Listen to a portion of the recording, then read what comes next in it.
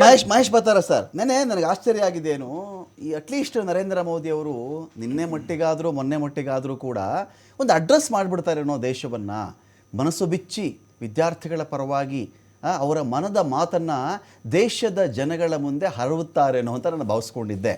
ನರೇಂದ್ರ ಮೋದಿಯವರು ಮಂಗಲ್ ಮಿಲನ್, ಯಾರು ಮಂಗಲ್ ಮಿಲನ್? ಅದು ಪ್ರತಿಪಕ್ಷಗಳು, ರೂಲಿಂಗ್ ಪಾರ್ಟಿ, ಎಲ್ಲ ದೇಶದ ಎಲ್ಲ ಪಕ್ಷಗಳು, ಎಲ್ಲ ರಾಜ್ಯಗಳ ಆಳ್ವಿಕೆಯೊಂದಿಗೆ ಮಂಗಲ್ ಮಿಲನ್ ಅಲ್ಲ.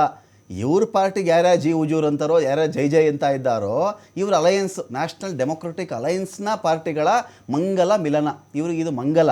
ಜನ ಅಲ್ಲಿ ಕಡಲೆಪುರಿ ತಿನ್ಕೊಂಡು, ಕಡಲೆಕಾಯಿ ತಿನ್ಕೊಂಡು, ಪಾನಿಪುರಿನ ಇನ್ನೇನೋ ತಿನ್ಕೊಂಡು, ಅವ್ರ ಹೊಟ್ಟೆಗೆ ಏನು ಸಿಗುತ್ತೋ ಆ ಟೈಮ್ ತಿಂದ್ಕೊಂಡು ಪ್ರತಿಭಟನೆ ಮಾಡ್ತಿದ್ರೆ, ಮಂಗಳ ಮಿಲನ, ಟೀ ಕುಡ್ಕೊಂಡು ಪಾರ್ಟಿ ಮಾಡ್ಕೊಂಡು ಇವರೆಲ್ಲ ಪಾರ್ಟಿ ಮೀಟಿಂಗ್ಗಳು ಮಾಡ್ತಾ ಇದ್ದಾರಲ್ಲಿ. ನನ್ನ ಪಾಯಿಂಟ್ ಏನಿಲ್ಲಿ, ಅದನ್ನು ನರೇಂದ್ರ ಮೋದಿಯವರು ನೀಟ್ ಪ್ರಶ್ನೆ ಪತ್ರಿಕೆ ಲೀಕ್ ಆಗದಂತೆ ತಡೆಯುವುದು ರಾಷ್ಟ್ರೀಯ ಭದ್ರತೆ, ರಾಷ್ಟ್ರೀಯ ಹಿತಾಸಕ್ತಿ ಎಂದು ಹೇಳಿದ್ದಾರೆ ಅಂತ ಕಿರಣ್ ರಿಜಿಜು ಅವರು ಹೇಳಿದ್ದು ಬಂದು ಶಂಕಾಯಲ್ಲಿ ಓದಿದ್ದು.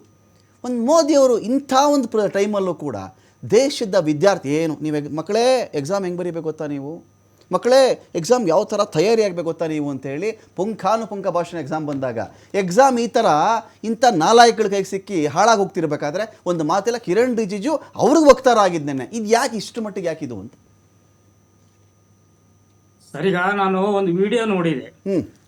ಒಬ್ಬಳು ತಾಯಿ ತನ್ನ ಮಗಳನ್ನ ಕರ್ಕೊಂಡು ದೆಹಲಿಯಲ್ಲಿ ಪ್ರತಿಭಟನೆಗೆ ಬಂದಿದ್ರು.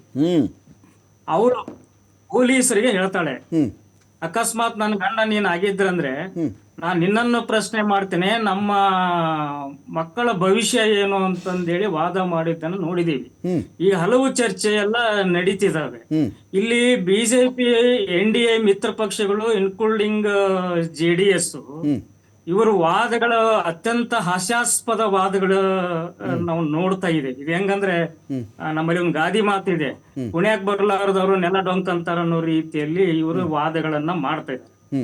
ಮೂಲ ಪ್ರಶ್ನೆ ಇರುವಂತದ್ದು, ಪ್ರಶ್ನೆ ಪತ್ರಿಕೆ ಸೋರಿಕೆಯಾಗಿದ್ದು ಸತ್ಯ, ಮತ್ತ ಅಲ್ಲಿ ಅಕ್ರಮಗಳು ನಡೆದಿದ್ದಾವೆ.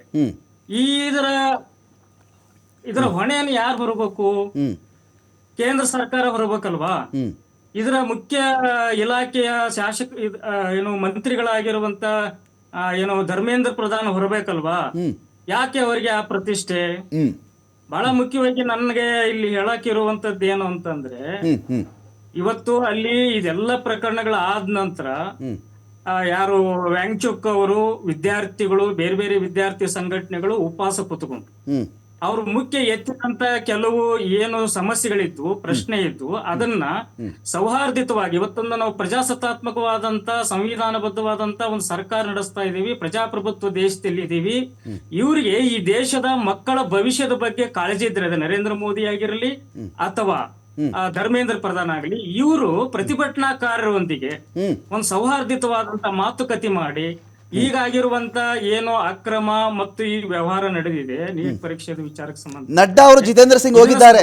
ಮಹೇಶ್ ಪತ್ತಾರ್ ಅವರೇ, ನಡ್ಡಾ ಅವರು ಜಿತೇಂದ್ರ ಸಿಂಗ್ ಅವರು ಹೋಗಿ ಸೋನಂ ವಾಂಗ್ಚುಕ್ ಆರೋಗ್ಯ ನನ್ನ ಪ್ರಶ್ನೆ ಆಗಲ್ಲ, ನಾನು ಪ್ರಶ್ನೆ ಹೇಳಕ್ ಹೊರಟಿದ್ದೇನು ಅಂತಂದ್ರೆ, ಇದನ್ನ ಒಂದು ಪ್ರಜಾಸತ್ತಾತ್ಮಕವಾದ ಸಂವಿಧಾನಬದ್ಧವಾದಂತ ಒಂದು ಸರ್ಕಾರ ಇದನ್ನ ತಕ್ಷಣ ಆ ತರದ ಕ್ರಮಗಳನ್ನು ವಹಿಸಿ ಚರ್ಚೆ ಮಾಡಿ ಅದನ್ನ ಪ್ರಜಾಸತ್ತಾತ್ಮಕ ಮಾತುಕತೆ ಮಾಡೋದ್ರ ಮುಖಾಂತರ ಆ ಕ್ರಮಗಳನ್ನ ವಹಿಸಿದ್ರೆ ಇವು ಯಾವ ಸಮಸ್ಯೆಗಳು ಕಾರಣ ಆಗ್ತಿಲ್ಲ. ಅದನ್ನ ಸರ್ಕಾರ ಮಾಡಲಿಲ್ಲ ಅನ್ನುವಂಥದ್ದನ್ನು ಕೂಡ ನಾವಿಲ್ಲಿ ಗಮನಿಸ್ಬೇಕು. ಮಾತಾಡ್ತೀನಿ ನಾನು.